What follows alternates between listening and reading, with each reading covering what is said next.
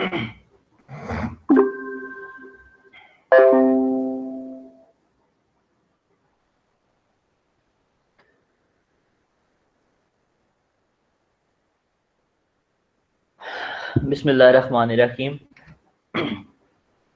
Today, inshallah, we will be starting up with next chapter, which is about high performance liquid chromatography. So, in this lecture, here is the outline, which is according to our syllabus, and I have added some more couple of things for your better understanding. So today in our this lecture we will discuss first the difference between HPLC and gas chromatography. Gas chromatography हमने काफी detail से पढ़ी है. So just briefly हम differentiate करेंगे कि what is the major difference between HPLC and GC. हम किन कंडीशन में HPLC को यूज करते हैं और कहाँ पे हम GC को यूज करते हैं. ठीक है. After discussing those differences, then we will move on to the fundamentals of HPLC, and we will discuss some general principles. And then we have the sample preparation and separation process on which the HPLC is based, and किस तरह से जो है वो हम analysis करते हैं. अच्छा, HPLC जो है इसमें दो मेन मोड होते हैं. इसको एक को हम कहते हैं नॉर्मल फेज और दूसरे को हम कहते हैं reverse phase. And this is actually very important for you guys to understand. So after discussing those separation processes, we will discuss these two modes in details. And after that we will discuss those components of HPLC. Instrumentation जो है वो हम discuss करेंगे HPLC की. And last में हम जो है वो मेथड डेवलपमेंट और एप्लीकेशन जो है वो डिस्कस करेंगे. सो ये हमारी कंप्लीट आउटलाइन है, which is definitely we can not complete in one lecture. So आज हम जो है स्टार्ट करेंगे between from differences between HPLC and GC and some fundamentals of HPLC. And next lectures में हम जो है ये जितनी भी इसकी आउटलाइन है हम इसको कवर करेंगे. ठीक है. सो सबसे पहले I have a question for you guys. You have a problem to solve. तो यहाँ पे मैं आपको क्या कह रहा हूँ इस PPT के अंदर, I need a quantitative separation of carbohydrate in these product as soon as possible. ठीक है. So आप मुझे बताएं कि अगर आपके पास कार्बोहाइड्रेट्स हो तो आप उनको कैसे एनालाइज करते हैं? एनीवन? सर कार्बोहाइड्रेट्स को एनालाइज करने के लिए हमें HPLC यूज करना पड़ेगा ना? Can we use GC? No sir. So basically you need some separation technique, right? कोई भी. Yes sir. और then okay, सोचे. So हम HPLC ही क्यों यूज करेंगे, हम GC क्यों नहीं यूज कर सकते? So you have these two separation techniques in your lab. So which one should you use? एक साइड पे जो टॉप राइट कॉर्नर है वो है हमारे पास GC और नीचे जो है वो HPLC है.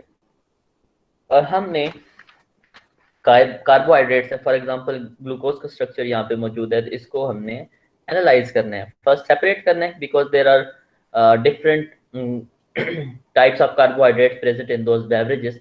तो हमने उनको सेपरेट भी करना है और उनको क्वांटिफाई भी करना है. खुर्शीद? हाँ जी जी आतिफ. मैंने कहा सर ये वोलेटाइल नहीं है इस वजह से. ठीक है. Okay. So now we will be first comparing some major differences between HPLC and GC, and then हम जो है इसको डिटेल में डिस्कस करेंगे कि हमारे पास अगर एक कार्बोहाइड्रेट का सैंपल है तो हमने उसको एक्चुअल में कैसे एनालाइज करेंगे. ठीक है. तो जो पहला मेजर डिफरेंस है बिटवीन HPLC और GC वो है आपको कि GC के अंदर वोलेटाइल सब्सटेंसेस चाहिए. आप आइदर वो खुद वोलेटाइल हो या आप उनको वोलेटाइल बनाते हैं, अदरवाइज हम उनको डिटेक्ट नहीं कर सकते। सो ये हमने काफ़ी डिटेल में डिस्कस किया था इन जीसी। बट इन HPLC ऐसी कोई रिक्वायरमेंट नहीं है। द मेन रिक्वायरमेंट इज कि जो सैंपल है हमारे पास वो सॉल्युबल होना चाहिए मोबाइल फेज के अंदर। So the solubility is the major criteria for HPLC के जो भी आपने लिक्विड है या सॉलिड एनालाइट है, whatever form it is, it should be soluble in the mobile phase and then you can analyze, ठीक है। and then what is the second? अच्छा, जब हम वैसे पोलैरिटी की बात करें तो हमने जीसी में डिस्कस किया था कि हम both polar and non polar जो हैं उनको हम सेपरेट कर सकते हैं। सो डिपेंड करता है कि आप स्टेशनरी फेज कौन सा यूज़ करें। अगर पोलर स्टेशनरी फेज यूज़ करें तो जो पोलर सल्यूट हैं वो सबसे आखिर में लूट होंगे और नॉन पोलर जल्दी लूट हो जाएंगे। तो बेसिकली डिपेंडिंग कि आप कौन सी स्टेशनरी फेज यूज़ करें तो आप पोलर और नॉन पोलर को जो हम सेपरेट कर सकते थे वहाँ पे भी। द ओनली डिफरेंस इज के कौन सा लूट पहले होता है वहाँ पे, and that depends on stationary phase. Same HPLC जो है, यहाँ पे हम बोथ जो polar and non polar compounds हैं दोनों को सेपरेट कर सकते हैं।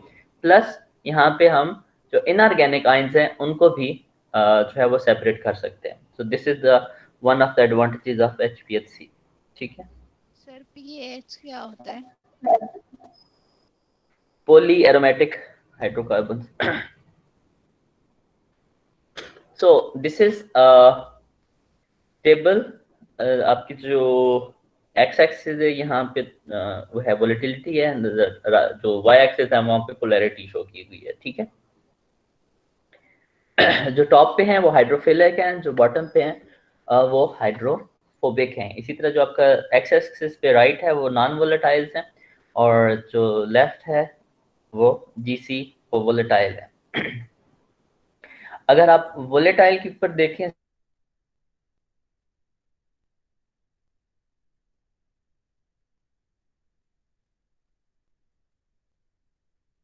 टेबल को तो वहां पे आपको मीन वगैरह तो इनको हम इजीली जो है वो जीसी के थ्रू एनालाइज कर सकते हैं कि because they are all highly volatile. अगर हम सेंटर में आते हैं और ऊपर टॉप पे अगर आप देखें कहाँ पे सबसे ऊपर अमाइनो एसिड लिखा हुआ है जो सेंटर में सिंथेटिक फूड डायर्स के ऊपर, जो कि मिड वोलेटिलिटी के हैं और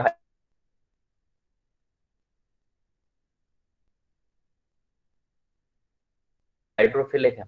तो इनकी जो वोलेटिलिटी जो है वो इतनी अच्छी, हमने इनको पढ़ा था कि हम इनको कैसे एनालाइज करते हैं जीसी के थ्रू।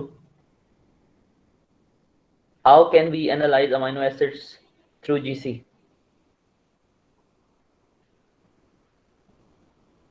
हेलो जी सर। जी, आतिफ, खुदा, खुर्शीद, एनीवन?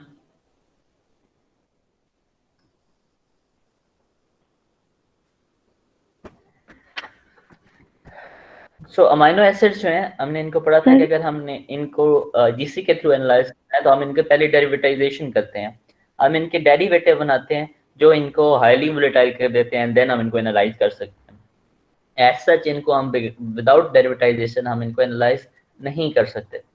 सो ये जो है अगर हम यूज कर रहे हैं ऑन HPLC तो हम इनको डायरेक्टली एनालाइज कर सकते हैं, और अगर हमें जीसी पे करना है तो हमने डेरिवेटाइजेशन करनी है। देन जो राइट कॉर्नर है जहाँ पे आपको फॉस्फोलिपिड्स हैं, फ्लेवोनॉइड्स हैं, एंटीबायोटिक्स हैं, शुगर्स हैं, इनऑर्गेनिक आयंस हैं, तो ये जितने भी हैं ये सारे नॉन वोलेटाइल हैं। तो इनको अगर हमने एनालाइज करना है डायरेक्टली तो हम इनको HPLC के through, if they are soluble in some mobile phase तो हम इनको डिटेक्ट कर सकते हैं, एनालाइज कर सकते हैं, क्वांटिफाई कर सकते हैं। और अगर हमने इनको जीसी से करना है तो हम इनको डायरेक्टली एनालाइज नहीं कर सकते, हमने पहले इनको डेरिवेटाइज करना होगा into some volatile compounds. Okay. So next we will move to another comparison. So that is about thermal lability. So GC के अंदर हमने पढ़ा था थर्मल ग्रेडियंट हम यूज करते हैं, और हमारा जो कॉलम का टेम्परेचर होता है, जो इंजेक्शन जहाँ पे हम कर रहे हैं वहाँ पे temperature around up to 280 degree Celsius तक होता है। और मोस्टली हम जब सेपरेशन करते हैं so it's between from like 20 degree Celsius to like 280 degree Celsius. तो यहाँ पे हमें हाई टेम्परेचर यूज करना पड़ता है to separate out different and components of the mixture.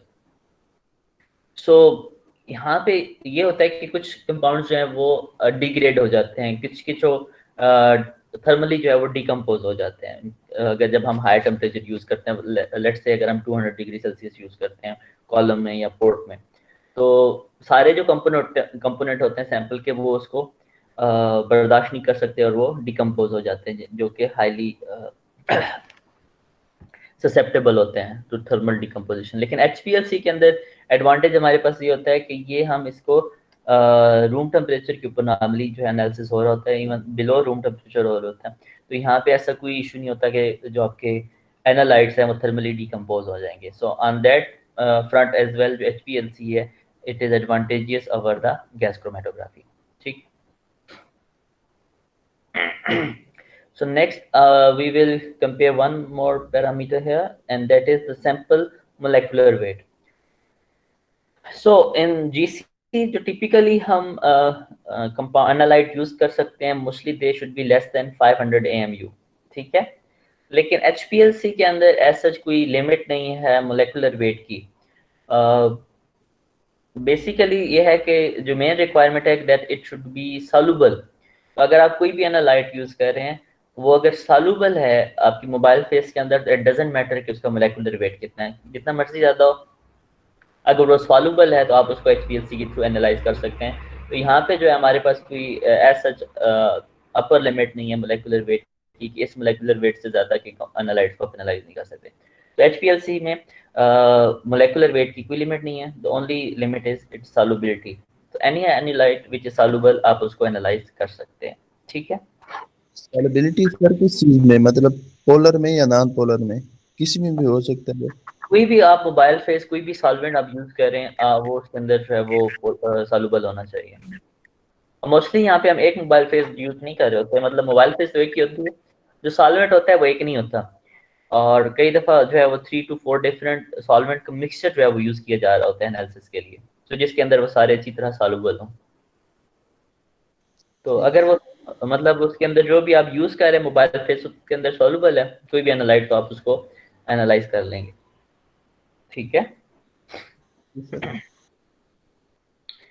We have 2 more parameters. First one is the sample preparation. So in GC we read that the solvent must be volatile, ठीक है, और normally जो solvent का temperature होता है वो analyte के boiling temperature से कम होता है, ताकि जो सॉल्वेंट की पीक ना आए उसके अंदर, सॉल्वेंट पहले एवापोरेट हो जाए।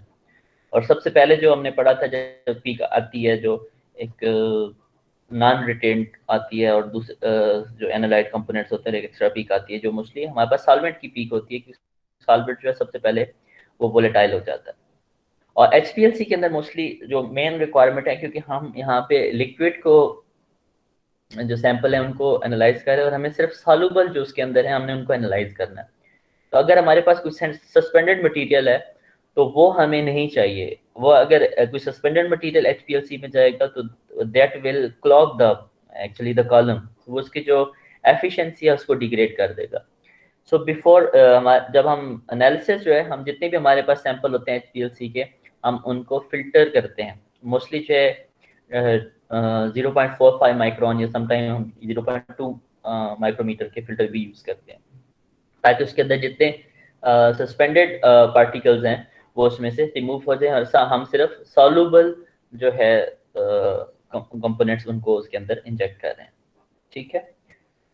और द सैंपल साइज जो है वो GC में नॉर्मली 1 to 5 माइक्रोलीटर होता है, और जो HPLC है इसके अंदर जो सैंपल साइज है ये डिपेंड करता है कि कॉलम का इंटरनल डायमीटर कितना है। अगर कॉलम आप बड़े डायमीटर का यूज कर रहे हैं तो हम ज़्यादा सैंपल यूज कर रहे हैं, अगर डायमीटर कम है कॉलम का तो हम उसका जो सैंपल है वो कम वॉल्यूम यूज करेंगे, ठीक है। सर ये पिछली स्लाइड में ये जो HPLC का सेकंड पॉइंट था जी, सॉरी, ये sample should be in the same solvent as mobile phase, ठीक है। ये क्या मतलब है? इसका मतलब ये है कि जो आपका सैंपल है, ये जो आपका मोबाइल फेज हम यूज कर रहे हैं, जो भी हम उसको रन करने के लिए यूज कर रहे हैं, उसके अंदर जो है वो सॉल्युबल होना चाहिए, मतलब वो आपके सैंपल और वो सेम होने चाहिए। जो एनालाइट है उसको सेम उसी में डिसॉल्व करते हैं जो आपकी मोबाइल फेज होती है, जिसमें वो डिसॉल्व हुई थी। एक्सक्यूज मी सर, अच्छा फॉर एग्जांपल आपके जो मोबाइल फेज है, ठीक है, इसके अंदर हम डिफरेंट जो रिएजेंट्स यूज करते हैं तो हम उनको डाइल्यूट करते हैं किसी चीज़ के अंदर। हमारे पास एक कंसनट्रेटेड सोल्यूशन होते हैं और हमने जितनी भी 2 मिली मोलर बनाना है, 4 मिली मोलर बनाना है, तो हम उसको सैंपल को प्रिपेयर करते हैं जो आपकी मोबाइल फेज होती है। तो लेट्स सपोज अगर हम वो उसको एथेनॉल के अंदर बना रहे हैं, या हम उसको वाटर के अंदर बना रहे हैं, या हम एथेनॉल वाटर का मिक्सचर बना रहे हैं, तो जो आपका सैंपल है उसके लिए भी हमने सेम सॉल्वेंट यूज करना होता है, कहने का ये मतलब है HPLC में। ठीक है ठीक, जी। तो नेक्स्ट जो है वो है सेपरेशन मैकेनिज्म। इन जीसी जो है हमने डिस्कस किया था कि जो मोबाइल फेज होती है बेसिकली सैंपल कैरियर होती है, कि आप सैंपल इंजेक्ट करते हैं इंजेक्शन पोर्ट पे और मोबाइल फेज पास करते हैं, मोबाइल फेज जो है उसको अपने साथ लेके चली जाती है, ठीक है, वो जस्ट एज अ कैरियर काम कर रही होती है। लेकिन जो HPLC है, यहाँ पे जो है जो आपकी स्टेशनरी फेज है और जो मोबाइल फेज है, ये दोनों उसकी सेपरेशन के जो है ना अंदर उनका रोल होता है। इवन जो मोबाइल फेज है that also helps in the separation process, ये सिर्फ एज अ कैरियर यूज नहीं हो रही होती बल्कि इसकी सेपरेशन में भी टेक पार्ट कर रही होती है। तो यहाँ पे मेनली डिपेंड ये करता है कि जो आपके एनालाइट है, अगर उनकी इंटरेक्शन होती है कि अगर उनकी इंटरेक्शन जो है वो मोबाइल फेज के साथ ज्यादा है तो वो जल्दी इलूट होंगे, अगर उनकी इंटरेक्शन स्टेशनरी फेज के साथ ज्यादा है तो वो लेटर इलूट होंगे। तो ये मतलब है इसका कि मोबाइल फेज किस तरह से जो है वो टेक पार्ट करती है सेपरेशन प्रोसेस के अंदर, ठीक है।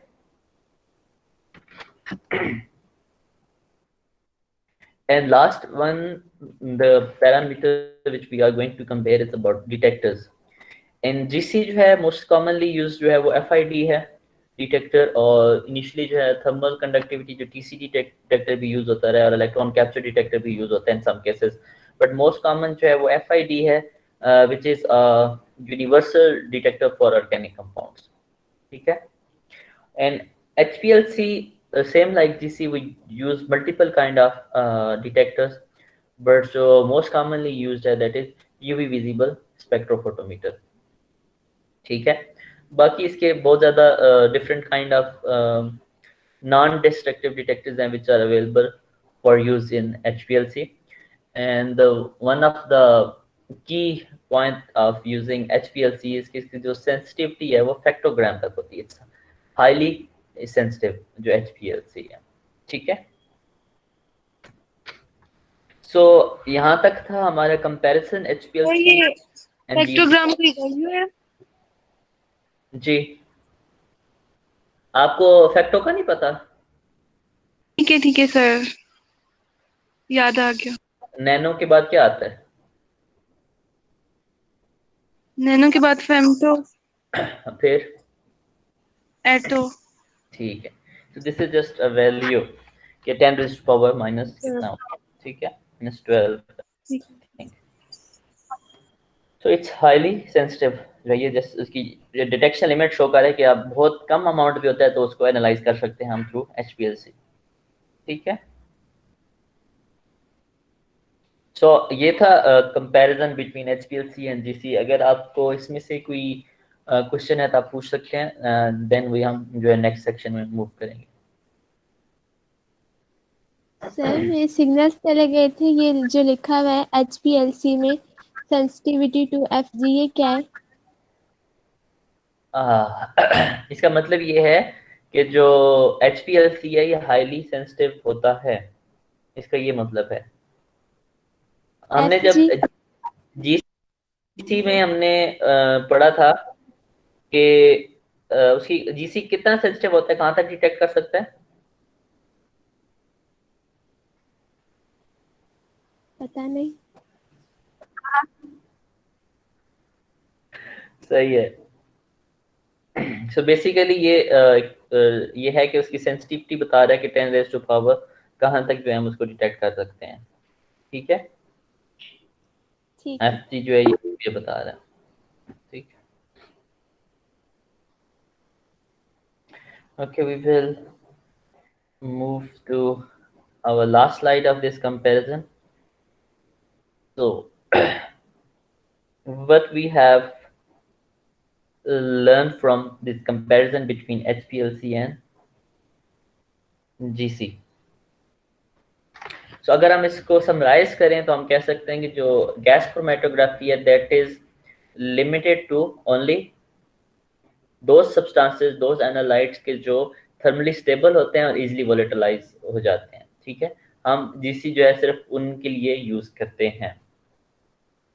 और अगर हमने नॉन वोलेटाइल सैंपल यूज करने हैं, जैसे पेप्टाइड्स हैं, अमाइनो एसिड्स हैं हमारे पास जो हमने पहले डिस्कस किए, और कार्बोहाइड्रेट्स हैं फॉर एग्जांपल, सो हम इनको एनालाइज तो कर सकते हैं जीसी के साथ इन सबको, but only after some chemical derivatization जो इनको वोलेटाइल कंपोनेंट्स में चेंज कर देती है। So without making them volatile हम इनको एनालाइज नहीं कर सकते ऐसा, ठीक है। तो this is the main summary of this gas chromatography.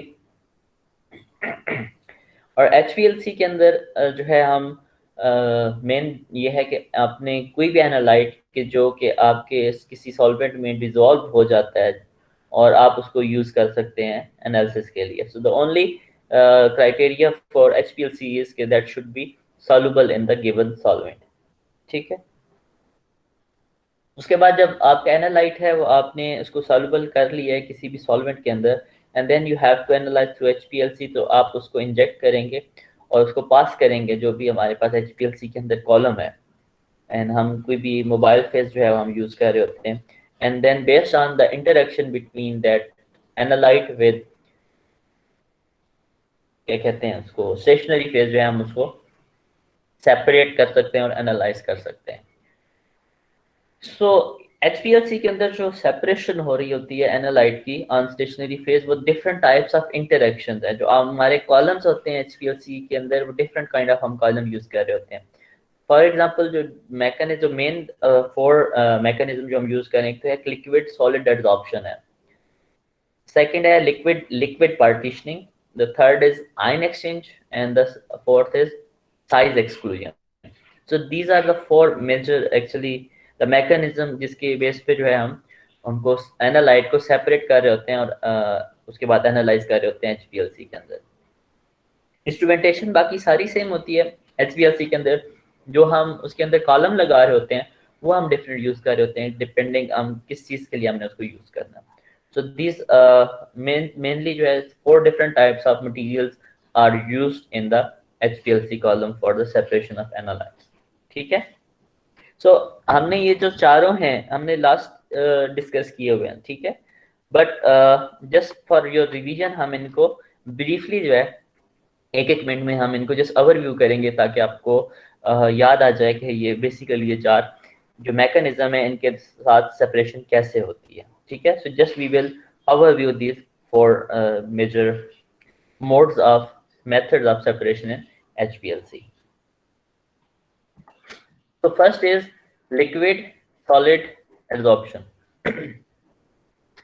So liquid solid जो adsorption होती है इसके अंदर जो कॉलम होता है बेसिकली आप एक सॉलिड स्टेशनरी फेज यूज कर रहे होते हैं और जब आप उसमें से सैंपल पास करते हैं कि जो कि लिक्विड के अंदर सॉल्युबल है, तो डिपेंडिंग कि उसके अंदर जो एनालाइट्स हैं डिफरेंट जो उसके कंपोनेंट्स हैं उनकी क्या इंटरेक्शन है स्टेशनरी फेज के साथ, तो वो उसके साथ अटैच होते हैं, और जो एनालाइट स्ट्रांगली बॉन्ड बनाते हैं स्टेशनरी फेज के साथ वो लेटर इलूट होते हैं, और जिनकी इंटरेक्शन कम होती है स्टेशनरी फेज के साथ वो जल्दी इलूट हो जाते हैं। So based on that mechanism जो है हम इनको सेपरेट करते हैं, ठीक है,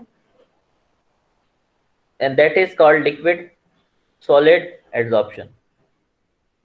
And the second one is the liquid partitioning. Liquid partitioning का मतलब ये है कि आपके पास जो मोबाइल फेज है, जो आपका एनालाइट है वो तो लिक्विड फॉर्म में है जो कि उसमें से हम पास कर रहे होते हैं।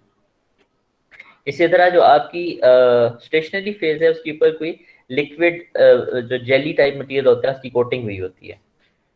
तो यहाँ पे जो सेपरेशन होती है वो डिपेंड करता है कि जो आपके एनालाइट हैं बेसिकली उनकी पोलैरिटी पे डिपेंड कर रहा है कि अगर जो आपकी एनालाइट है वो हाईली पोलर है, लेस पोलर है, नॉन पोलर है, और आपकी जो वहाँ पे कोटिंग हुई है लिक्विड की वो कौन सी है, वो हाईली पोलर है, नॉन पोलर है या स्लाइटली पोलर है। So depending the difference in the polarity जो है वो जो है उसके अंदर पार्टीशनिंग होती है।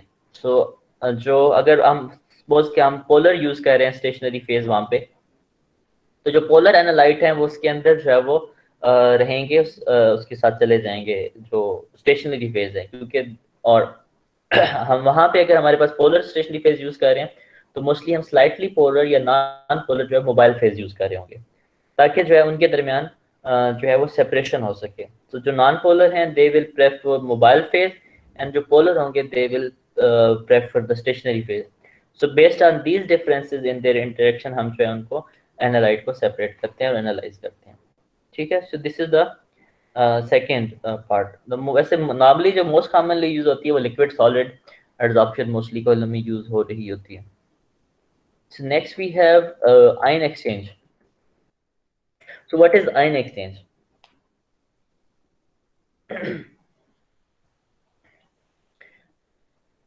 आयन एक्सचेंज के अंदर आपके पास जो स्टेशनरी फेज है जो सॉलिड फॉर्म है उसके ऊपर हमने different covalently attach functional group जो है हम वो ड्यूरिंग सिंथेसिस जो है वहाँ पे अटैच करते हैं, और they can be anionic group और they can be cationic group.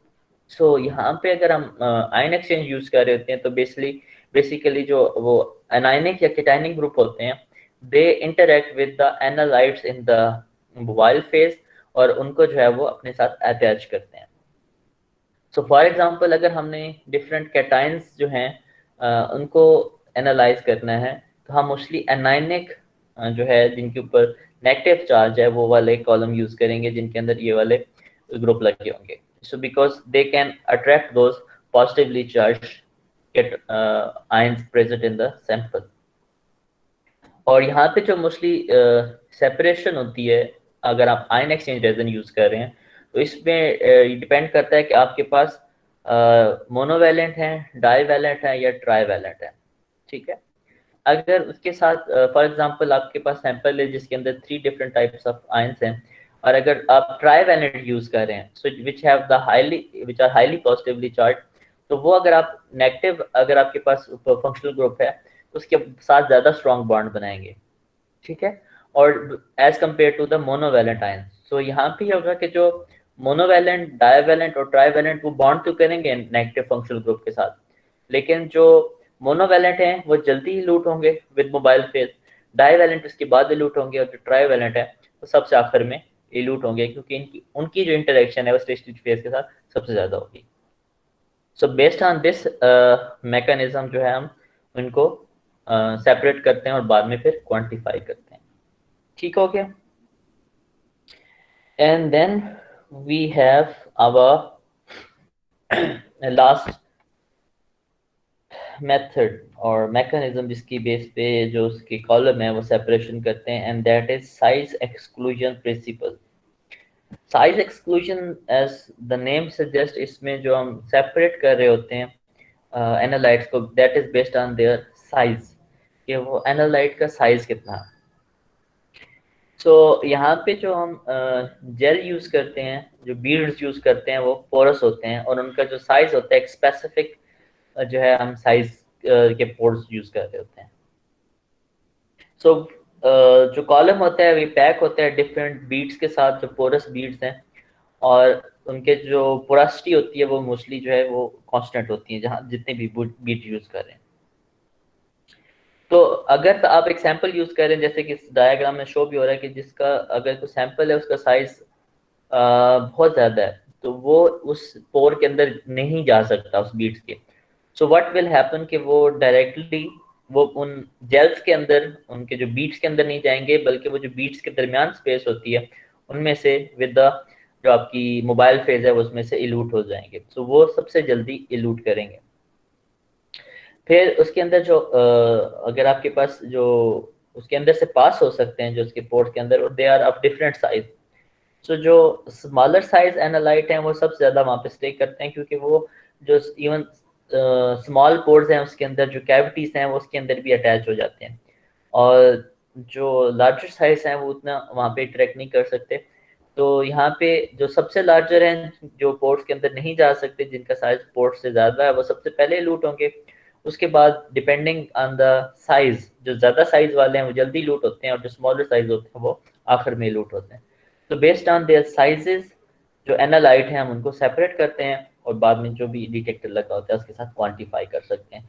So these are basically 4 main principles जिनकी बेस पे जो है वो कॉलम यूज बनते हैं और यूज होते हैं HPLC के अंदर। ठीक है, एनी क्वेश्चन फ्रॉम दैट? जी सर नो जी सर। सर मेरा एक क्वेश्चन है जी। सर। ये जो लार्जर साइज वाले हैं तो इनको तो मतलब के बाद में इल्यूट होना चाहिए ना, क्योंकि लार्ज साइज है तो वो उस उधर ही इंट्रैप हो जाएंगे। कैसे ट्रैप हो गए? सर क्योंकि इनका लार्ज साइज है तो वो उधर ही ट्रैप हो जाएंगे, तो फिर वो नहीं जा सकेंगे जेल के अंदर ही। अच्छा ये मेरे ख्याल से जेल के अंदर जाती ही नहीं है, बाहर से चले जाते हैं।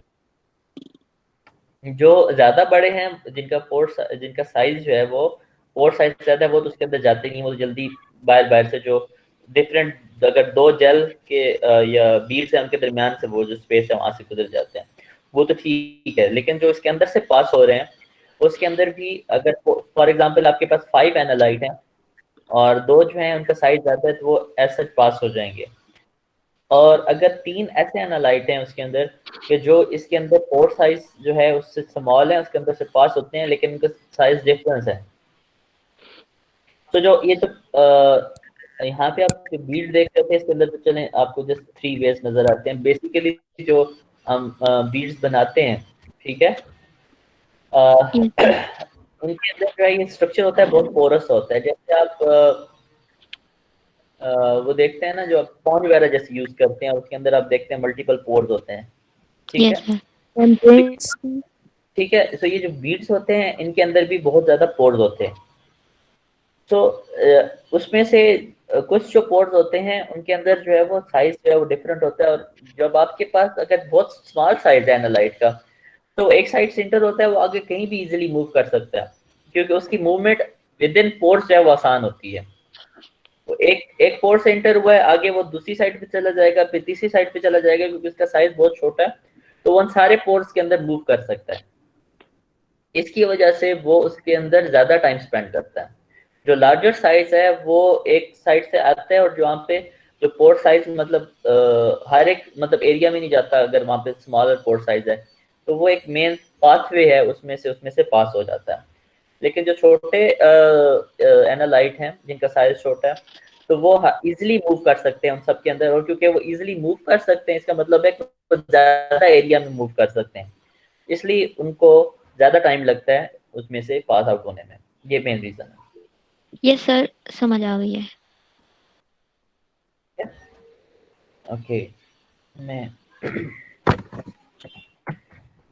तो नेक्स्ट जो है हमारा आ गया कि जो हमारा गिवन सैंपल था, अब हमने अगर उसको एनालाइज करना है तो हम उसको कैसे करेंगे।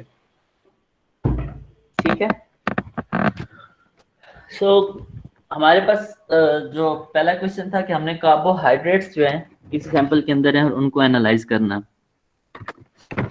सो लेट्स सपोज कि हमारे पास जो सैंपल है उसके अंदर फ्रुक्टोज है, ग्लूकोज है, और ये 6 डिफरेंट टाइप्स ऑफ कार्बोहाइड्रेट्स मौजूद हैं। तो हमने इसको एनालाइज करना है थ्रू HPLC। तो हम इसको HPLC के थ्रू एनालाइज करेंगे तो क्या आएगा रिजल्ट, किस फॉर्म में आता है?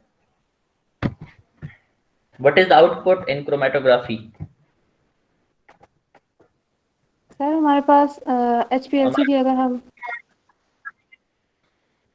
क्रोमैटोग्राम आता है ना, यस सर, उसमें पीक्स आएंगी ना उसकी फॉर्म में। ठीक है। सो हमारे पास इस तरह का जो है वो क्रोमेटोग्राम आता है। तो यहाँ पे हम देख सकते हैं कि विद टाइम जो है ये 6 के 6 हमारे पास 6 डिफरेंट पीक्स आ रही हैं जो उसमें से सेपरेट आउट हुई हैं और हम इनको क्वांटिफाई कर सकते हैं। तो इसके जो क्रोमेटोग्राम है इसके राइट साइड पे कुछ इंफॉर्मेशन लिखी है, जैसे ज़ॉर्बेक्स NH2 है, ठीक है। तो this is the type of column, this is name of column, और इसके अंदर इंफॉर्मेशन लिखी हुई है 4.6 इंटू 250 mm। जो 4.6 है वो इंटरनल डायमीटर है इस कॉलम का, और 250 जो है वो लेंथ है इस कॉलम की। और then the very important thing is in next slide, that is 70/30 acetonitrile oblique water, which shows कि यहाँ पे जो मोबाइल फेज यूज की जा रही है, जो सॉल्वेंट यूज किया जा रहा है वो 70% एसिटोनाइट्राइल है और 30% वाटर है। And then there is 1 ml per minute जो है आपका फ्लो रेट है, और मोस्टली हम इसमें रिफ्रैक्टिव इंडेक्स वगैरह जो है हम इसको डिटेक्ट कर रहे हैं, वो कॉलम जो हम जो डिटेक्टर यूज कर रहे हैं, ठीक है। सो ये था हमारा कि हम एनालाइज कैसे करते हैं, और अब हम इसको डिटेल में देखते हैं नेक्स्ट स्लाइड्स में। Let's go through. And before हम उस सैंपल को देखें कि वो एनालाइज कैसे हो रहा है step by step, so we will just overview the HPLC system. HPLC system में मेजर कंपोनेंट्स क्या होते हैं, ये हम अभी जैसे ओवरव्यू करेंगे। नेक्स्ट जो है लेक्चर्स हम उनके अंदर इनको डिटेल में स्टडी करेंगे HPL की इंस्ट्रूमेंटेशन को। So on the left corner you can C flask, जो कि जहाँ पे हमारे पास सैंपल होता है, तो दैट इज सैंपल रेजरवायर और द सॉल्वेंट रेजरवायर जो मोबाइल फेज होती है। तो इसको हम पंप के थ्रू जो है वो पास कर रहे होते हैं HPLC कॉलम के थ्रू, और वो डिटेक्टर में से पास होके जा रहा होता है। सो जो इंजेक्टर है that is for injecting the sample विच आपने एनालाइज करना है, और आफ्टर इंजेक्शन जो है ये मूव करता है कॉलम के अंदर से, जहाँ पे उसकी सेपरेशन होती है, उसके जो इंडिविजुअल कंपोनेंट्स हैं, जो डिफरेंट एनालाइट्स हैं, और देन वो उसमें से इल्यूट करते हैं, डिटेक्टर में जाते हैं, वहाँ पे डिटेक्ट होते हैं और फिर पेस्ट हो जाता है। ये एक जनरल ओवरव्यू डायग्राम है HPLC सिस्टम की, और हम इसको एक और डायग्राम में यहाँ पे भी देखते हैं। आई फाउंड दिस डायग्राम मोर एलेबोरेटिंग, सो मैंने इसको भी ऐड किया। अब यहाँ पे जो हमारे पास मोबाइल फेज रेजरवायर है, यहाँ पे आप देख सकते हैं there are 4 different bottles over here, right. So ये क्यों है यहाँ पे, हमने जो पिछली एक स्लाइड देखी जिसके अंदर हम कार्बोहाइड्रेट को सेपरेट कर रहे हैं, तो हमने यहाँ पे कहा कि 70% एसिटोनाइट्राइल है एंड 30% वाटर है, ठीक है। तो जब हम HPLC यूज करते हैं, यहाँ पे हम डिफरेंट रेशियोज यूज कर रहे होते हैं, और कई दफा ये होता है कि कुछ एनालाइट एक रेशियो पे सेपरेट होते हैं, कुछ एनालाइट एक और रेशियो पे। फॉर एग्जांपल आपके जो फर्स्ट 2 एनालाइट हैं वो 70-30 रेशियो पे सेपरेट हो रहे हैं, और लास्ट के जो 4 एनालाइट हैं वो 50-50 रेशियो पे एनालाइट जो है वो सेपरेट हो रहे हैं। तो जिस तरह हम GC के अंदर टेम्परेचर इंक्रीज करते हैं, थर्मल जो ग्रेडियंट होता है, यहाँ पे HPLC के अंदर हम जो इसकी मोबाइल फेज की जो सॉल्वेंट की स्ट्रेंथ है उसको चेंज कर सकते हैं। अगर हम वो मैनुअल बना रहे हो मोबाइल फेज, तो वो एक्यूरेटली उसको हैंडल करना, वैसे भी हैंडल करना मुश्किल है और एक्यूरेटली हैंडल करना बहुत मुश्किल है। तो यहाँ पे जो हमारे पास 3, 4, 5 डिफरेंट जो है हम मोबाइल फेज रेजरवायर हम यूज कर सकते हैं एक साथ। हम जो उनके सॉल्वेंट है उनको रख देते हैं, उनकी जो स्ट्रेंथ है वो उसके अंदर हम ऐड कर देते हैं, ऑलरेडी नोन होती है कि उसकी हम कितने स्ट्रेंथ का यूज कर रहे हैं, और ऊपर जो है वो सॉल्वेंट प्रोपोर्शनिंग वाल्व लगा होता है कि जो कि कंप्यूटर कंट्रोल्ड होता है, और जो भी हम इसको इंस्ट्रक्शन देते हैं कि इसने फॉर एग्जांपल हमने 3 कंपोनेंट है जिसके अंदर एसिटोनाइट्राइल है और एथेनॉल है और वाटर है, इन तीनों को मिक्स करना है एट एनी गिवन रेशियो। तो जो प्रोपोर्शनिंग वाल्व है बेसिकली ये वो गिवन जो भी रिक्वायर्ड अमाउंट है उसमें से मतलब जो रिक्वायर्ड उस हिसाब से जो है वो सॉल्वेंट जो है वो उसमें से लेता है और उनको मिक्स करके वो आगे भेज रहा होता है। So this is the first important step in the HPLC की जो प्रोपोर्शनिंग वाल्व है, that is very important over here. अच्छा, नेक्स्ट जो है इसके अंदर से जो सैंपल है सॉरी वो आपने पास करना है कॉलम के through, so you need a pump, ठीक है, क्योंकि मोस्टली जो कॉलम होते हैं वो टाइटली पैक होते हैं, तो ऐसा आप उसमें से पास नहीं कर सकते, तो आपको विद सम कांस्टेंट प्रेशर जो है वो चाहिए होता है। अच्छा, पंप के बाद यहाँ पे एक चीज पॉइंट लिखा हुआ विच इज पल्स डैम्पर, तो ये क्या होता है? Anyone have any idea what is pulse damper? Sir sample sample injector के तरह काम करता हो, मीन्स के कितने अमाउंट में हमें इंजेक्ट करवाना है। सर पल्स का पता है लेकिन डैम्पर का नहीं पता। बेसिकली पल्स क्या होती है? एक होता है आपने पढ़ा था पहले भी, एक पल्स फ्लो होता है, एक कंटिन्यूअस फ्लो होता है। सर पल्स फ्लो में हम इस तरह से करते हैं कि हम उसको मतलब कि वक्फे वक्फे से उसको एक तरह का करंट टाइप प्रोवाइड करते हैं, या डिफरेंट फ्रीक्वेंसीज ऑफ वेवलेंथ को हम प्रोवाइड करते हैं पल्स में। ठीक है, जब हम लिक्विड की बात कर रहे हैं तो यहाँ पे पल्स का मतलब ये होता है कि उसका जो फ्लो रेट होता है वो फ्लक्चुएट करता है, ठीक है, कभी फ्लो ज्यादा कभी कम, कभी ज्यादा कभी कम। तो हम जो पंप यूज करते हैं वो डिफरेंट तरह के होते हैं, जितने भी हम एनालिटिकल टूल यूज कर रहे हैं, कुछ जो है वो बहुत कांस्टेंट जो है उनका फ्लो रेट होता है, कुछ जो है वो पल्स में देते हैं। पंप पहले पानी ज्यादा आएगा, कम होगा, ज्यादा आएगा, कम आएगा, इस तरह से ना, वो जो भी सॉल्वेंट है उसको पंप कर रहे होते हैं यहाँ पे ये मोस्टली। किस वजह क्या है? हाँ, और ये क्यों यूज करते हैं हम पे? तो हाँ, सो जहाँ पे हम ये एनालिटिकल इंस्ट्रूमेंट यूज करें, यहाँ पे मोस्टली पंप जो है बहुत सोफिस्टिकेटेड होते हैं, बहुत अच्छे होते हैं, बट स्टिल जो उसका फ्लो है सम टाइम थोड़ा बहुत फ्लक्चुएट होने के चांसेस होते हैं। हमने पहले भी पढ़ा है जीसी के अंदर के जो कॉलम के लिए या सेपरेशन के लिए बिल्कुल अच्छा नहीं है कि अगर आप पल्सेस में सॉल्वेंट पास कर रहे हैं, ठीक है, तो ये कॉलम को भी डैमेज कर दे सकता है और आपकी जो सेपरेशन एफिशिएंसी है वो भी अफेक्ट होती है। सो जो सॉल्वेंट है उसका जो फ्लो है वो बहुत कंटिन्यूअस होना चाहिए, कंसिस्टेंट होना चाहिए, इसके अंदर चेंज नहीं आना चाहिए। तो जो पल्स डैम्पर है इसका मकसद ये होता है कि अगर सॉल्वेंट के जो फ्लो रेट में कोई चेंज आ रही है तो वो उसको ओवरकम करे, और जो आगे से जो सॉल्वेंट जा रहा है इसका फ्लो रेट जो है वो कंसिस्टेंट हो। तो बेसिकली ये फ्लो रेट को कंसिस्टेंट जो है वो करता है, जो पल्स डैम्पर होता है, ठीक है। उसके बाद जो है पल्स टेम्पर के बाद जो नेक्स्ट हमारे पास है वो लूप इंजेक्टर है।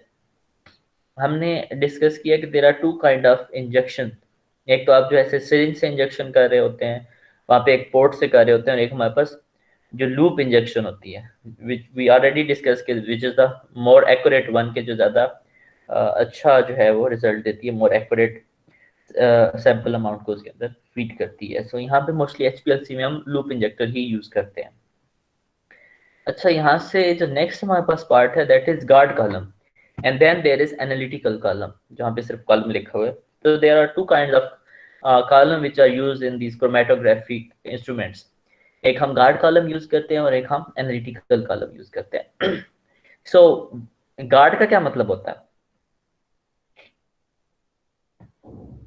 नॉर्मली क्या मतलब है गार्ड का? जो प्रोटेक्ट करता है। प्रोटेक्ट करना, राइट। सो किस यहाँ पे आप किस चीज से प्रोटेक्ट कर रहे हैं? आउटसाइड जो एनवायरनमेंट टेम्परेचर वगैरह, या कोई किसी किस्म की इम्प्योरिटी वगैरह से। सिक्योरिटी वगैरह, यस। यहाँ पे हमारा जो एनालिटिकल कॉलम है ये बहुत एक्सपेंसिव होता है, बहुत सेंसिटिव होता है। अगर आप आल्दो आपने फिल्टर किया सैंपल को और उसके अंदर कुछ ऐसे पार्टिकल्स हैं जो बहुत माइक्रो रेंज में है, फॉर एग्जांपल आपने 0.45 माइक्रोमीटर फिल्टर यूज किया और कुछ उसके अंदर ऐसे एनालाइट कंपोनेंट्स है जिनका पार्टिकल साइज 0.3 माइक्रोन है, तो वो तो उसमें से पास हो जाएंगे। अब अगर वो कॉलम के अंदर जाते हैं तो उनमें से ये भी पॉसिबिलिटी है कि कुछ उसके अंदर स्टिक कर जाए, वहां पे उसकी जो एफिनिटी है वो कॉलम के साथ बहुत ज्यादा हो, तो व्हाट हैपेंस कि वो कॉलम को क्लॉग कर देते हैं और कॉलम को डिग्रेड कर देते हैं, इसकी जो सेपरेशन एफिशिएंसी है। और कॉलम क्योंकि महंगा होता है, हम ये अफोर्ड नहीं कर सकते कि हम उसको रेगुलर बेसिस पे चेंज करें। सो इसलिए जितनी भी ये इस तरह की एनालिटिकल जो टेक्निक्स हैं क्रोमेटोग्राफिक, जैसे एनक्रोमेटोग्राफी है या एचपीएलसी है, तो यहाँ हम एक गार्ड कॉलम यूज करते हैं। कि जिसका मटेरियल जो है वो सेम होता है, जो कॉलम के अंदर हम यूज़ कर रहे हैं, जो स्टेशनरी फेज यूज़ कर रहे हैं, लेकिन ये बहुत छोटे साइज़ का होता है, इसका साइज़ जो है वो स्मॉल होता है, तो इसलिए जो है ये इतना एक्सपेंसिव नहीं होता एज़ कम्पेयर टू कॉलम। तो अगर उसके अंदर को हमारे जो सैंपल है या मोबाइल फेस के अंदर कोई जिस तरह की इम्प्योरिटीज़ आ रही हैं तो वो अटैच हो जाती हैं गार्ड कॉलम के अंदर, और आपके जो कॉलम है उसके अंदर वो इम्प्योरिटीज़ नहीं जाती। इस तरह से ये जो गार्ड कॉलम है, जो आपका एनालिटिकल कॉलम है, उसको प्रोटेक्ट करता है। ठीक है, ओके। एंड नेक्स्ट जो है हमारे पास यहाँ पे वो है डिटेक्टर। सो आफ्टर जो कॉलम है यहाँ पे उसका काम तो है कि सेपरेट करना है किसी भी सैंपल के, जो हमारे पास जो एनालाइट है, डिफरेंट एनालाइट है, जो इंडिविजुअल कंपोनेंट है उसके अंदर सेपरेट करना। सेपरेशन होगी, अब हमने उनको एनालाइज करना है, क्योंकि हमने उनको क्वांटिफाई भी करना है, क्वालिटेटिव एनालिसिस भी करना है, क्वांटिटेटिव भी करना है। तो वहाँ पे हम फिर डिफरेंट टाइप्स ऑफ डिटेक्टर्स जो है वो यूज करते हैं इस पर्पज के लिए। ठीक है, so any question up till now?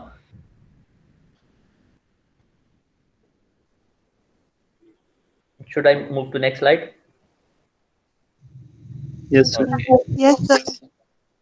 Okay, so यहाँ पे हम ये सेम स्कीमेटिक डायग्राम यहाँ पे हमारे HPLC सिस्टम की, कि सबसे नीचे आपको सॉल्वेंट डिफरेंट रेजरवायर नजर आ रहे हैं, ऊपर पंप्स हैं जो इसको इंजेक्शन के लिए यूज होते हैं, उससे ऊपर मिक्सर है, जो भी हमें रिक्वायर्ड उनकी रेशो चाहिए वो हमें देता है कि 30-70 चाहिए, 40-60 चाहिए, 20-80 चाहिए, तो मिक्सर का ये काम है। देन हमारे पास इंजेक्टर लूप है, और देन हमारे पास यहाँ पे गार्ड कॉलम यूज नहीं किया हुआ anyway, but still there column है जो सेपरेशन करता है, और डिटेक्टर है, और फिर वेस्ट है। ठीक है, तो यहाँ पे जो सेपरेशन हमने पहले डिस्कस किया कि बेसिकली वो डिपेंड कर रही है कि व्हाट आर द डिफरेंसेस क्या हैं, जो भी हमारे पास एनालाइट है कि वो किसके साथ किसको प्रेफर करता है, स्टेशनरी फेज को या मोबाइल फेज के साथ, वो किसके साथ ज़्यादा इंटरेक्शन करता है, तो इस बेस पे मोस्टली सेपरेशन होती है। और different kind of stationary phase यहाँ पे भी यूज होती हैं। हम नेक्स्ट जब हम इसको कंपोनेंट्स पढ़ेंगे उसके अंदर ज़्यादा डिटेल से स्टडी करेंगे। फॉर एग्जांपल यहाँ पे जो है हम सिलिका यूज़ कर रहे हैं। ठीक है, अब हम देखते हैं कि अगर हमने एक सैंपल इंजेक्ट किया है जिसके अंदर हमारे पास कार्बोहाइड्रेट्स हैं, 6 डिफरेंट टाइप्स ऑफ कार्बोहाइड्रेट्स, हम उसकी सेपरेशन कैसे करेंगे, लेट्स सी। ओके, सो यहाँ पे इंजेक्टर जहाँ पे है वहाँ पे हमने सैंपल को इंजेक्ट किया है, और हम उसमें से पहले से जो है जो आपके सॉल्वेंट है, जो आपकी मोबाइल फेज है, वो उसके अंदर से पास हो रही है, और आप उसके अंदर इंजेक्शन जो है करते हैं अपने सैंपल की। सो व्हाट हैपेंस कि ये आप देखेंगे यहाँ पे स्टार्ट इंजेक्शन जो क्रोमेटोग्राम है, वहाँ पे आप एक स्ट्रेट लाइन शो हो रही है। वाई स्ट्रेट लाइन इसलिए शो हो रही है कि अभी जो आपने सैंपल इंजेक्ट किया है वो अभी इंजेक्टर पे है, और उसने अभी तक कॉलम में से गुजर के सेपरेट नहीं हुआ। तो अभी जो पीक आ रही है, जो लाइन आ रही है, ये आपके मोबाइल फेज की है, जो कि स्ट्रेट लाइन है। ठीक है, अब विद टाइम जो है ये आप ये देख सकते हैं कि ये उसके अंदर से सेपरेट हो रहे हैं, और आपके पास लाइन जो है वो जा रही है। अब यहाँ तक जो आपकी लाइन है मोस्टली स्ट्रेट है, जो एक छोटी सी बी का ये हम आगे डिस्कस करेंगे कि ये किस चीज़ से थी। और यहाँ पे आप देखें कि जो फर्स्ट एनालाइट है ये सेपरेट हो गया कॉलम से, और अब ये डिटेक्टर के करीब है। If you can see that colour, जो ये वाला, ठीक है, you can see the cursor right. Yes sir. Okay, so ये वाला जो है आप इसमें से इल्यूट हो चुका है कॉलम से, और अब ये डिटेक्टर के पास पहुंच रहा है। सो यहाँ पे आप जो ऊपर क्रोमेटोग्राम है, नेक्स्ट जो आपका टाइम आएगा उसके अंदर ये पीक आना शुरू हो जाएगी। अच्छा, ये अब देखेंगे जो डिफरेंस इनका जो रिटेंशन टाइम है नंबर 1 का और ये जो नंबर 2 है बहुत कम है। सो इनकी जो पीक्स आएंगी नंबर 1 और 2 की, ये बहुत करीब करीब है, ऑल्दो शार्प है जिसको आप क्वांटिफाई कर सकते हैं, बट ये काफ़ी करीब है। अब उसके बाद जो आपका ये नंबर 3 है ये यहाँ पे नज़र आ रहा है, इसके बाद इसने इल्यूट होना है। अब ये दो जो कंपोनेंट्स हैं एनालाइट वो इल्यूट हो चुके हैं, थर्ड जो है अभी इल्यूट होगा, और उसके बाद 3 more components हैं जो कि सेपरेट हो चुके हैं। और नाउ विद टाइम जो है आप देख सकते हैं कि हमारे पास 3 पीक्स आ गई हैं। अब जो 4th वन है ये अभी इलूट होने वाला है, then there is 5th one, और 6th अभी तक कॉलम में है, वो अभी कॉलम से इलूट नहीं हुआ। तो आपके पास जो है यहाँ पे 4th और 5th पहले आ गए, एंड विद टाइम जो है आपके पास ये 6 के 6 जो एनालाइट हैं ये इसमें से सेपरेट होके आपके पास डिटेक्ट हो गया और आपके पास ये क्रोमेटोग्राम आ गया। सो this is actually the flow diagram के हम किस तरह से सैंपल उसके अंदर इंजेक्ट करेंगे और वो उसके अंदर से जो सेपरेट आउट होता है। ठीक है, is it okay? Yes sir. Yes, sir. Any confusion or any problem in that one? No sir. Okay, so यहाँ पे जी अब हम देखते हैं कि जो हमारी ये पीक्स हैं हम इसमें से हम क्या इंफॉर्मेशन ले रहे हैं। यहाँ पे आप देखें कि हमारे पास सबसे पहले जो छोटी सी पीक आई थी ये क्या चीज़ है? सो ये है T0, जिसको हमने पहले कहा था कि ये वाइड टाइम भी होता है, जिसके अंदर हमारे वो कंपोनेंट्स उसके अंदर से लूट होते हैं कि जो कि रिटेन नहीं होते। ठीक है, and then there are 6 peak, और इनके ऊपर आप देख सकते हैं this is TR which is the retention type of that kind of analyte, and this is the another kind of analyte जिसका रिटेंशन टाइम है। So 1 2 3 4 5 and 6, so there are peaks at 6 different time intervals। इसका मतलब है कि इसके अंदर 6 different kind of एनालाइट्स हैं कि जिनकी सबकी अफिनिटी जो है टुवर्ड स्टेशनरी फेज और मोबाइल फेज डिफरेंट है, इनका रिटेंशन टाइम डिफरेंट है, और ये यहाँ पे सेपरेट आउट हो गए हैं। सो ये तो है क्वालिटेटिव एनालिसिस, जिसके अंदर हमें ये पता चल रहा है कि कौन से 6 कंपोनेंट्स इसके अंदर मौजूद हैं।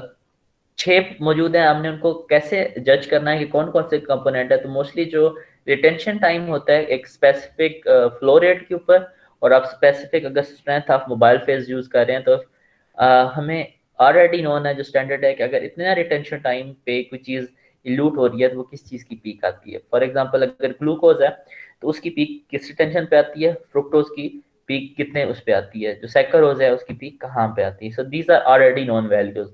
सो आपके पास 6 पीक्स आ गई हैं, आप वो डिपेंडिंग कि आपकी उसकी सेपरेशन कंडीशंस क्या है, फ्लो रेट क्या है, और आप कौन सा सॉल्वेंट यूज कर रहे हैं, तो वो आप चेक कर लेंगे कि ये पीक इस जगह पे आ रही है तो ये क्या क्या है। तो आप इनको क्वालिटेटिव एनालिसिस आ गया कि आपके पास 6 पीक्स हैं और आपको ये पता चल गया है कि ये पीक इस एनालाइट की है, ये पीक इस एनालाइट की है।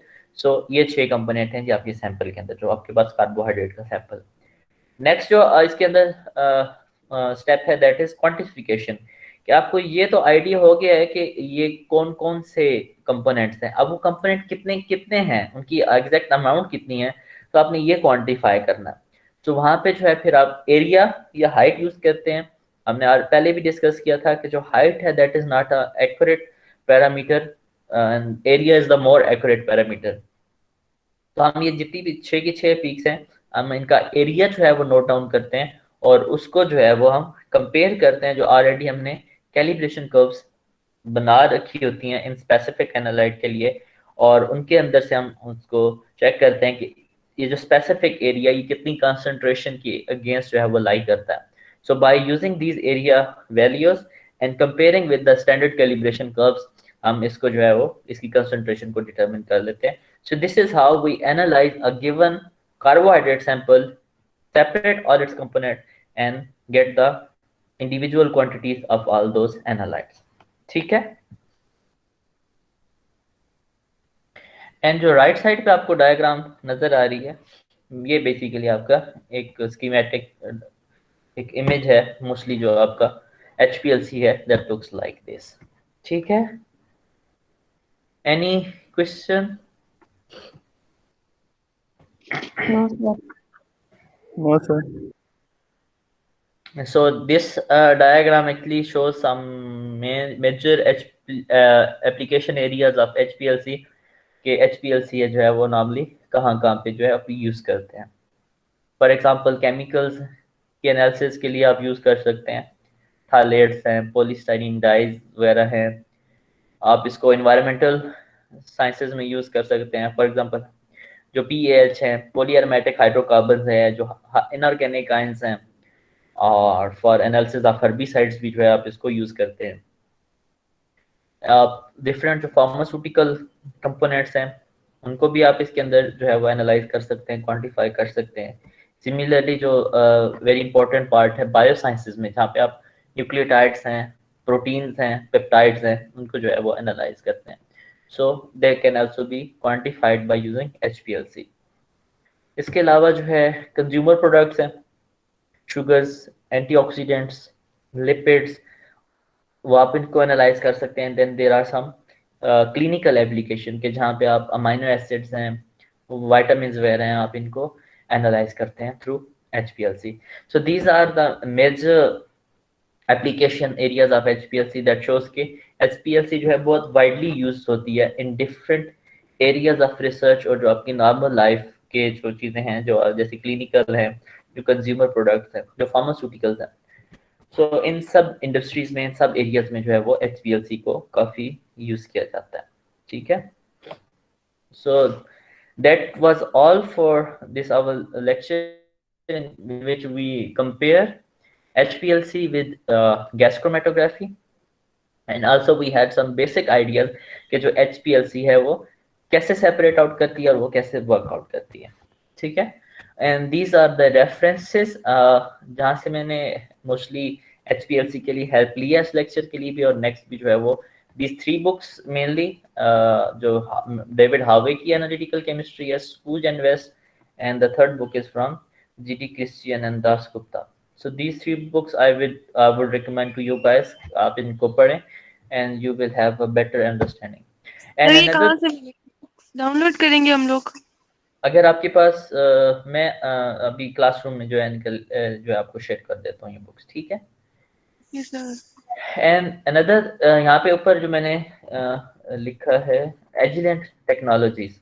सो बेसिकली जो एजिलेंट है ये एक मेजर कंपनी है कि जो HPLC, आयन क्रोमेटोग्राफी, HP और गैस क्रोमेटोग्राफी इस तरह के इंस्ट्रूमेंट बनाती है। सो उनकी जो वेबसाइट है, they also have some very brief and comprehensive information about their working principles, so I also use some material from them. So these were the references. So if you want, you can further study these men. Okay, thank you, and that was all for this lecture. So let me